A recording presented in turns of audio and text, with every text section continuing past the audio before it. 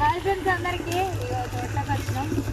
ఈరోజు అయితే ఊరికి పోతున్నాం కదా, బర్రెలకైతే నీళ్ళు దాపిపోతున్నాం. నీళ్ళు దాపి మేత వేసిపోతున్నాం అనమాట.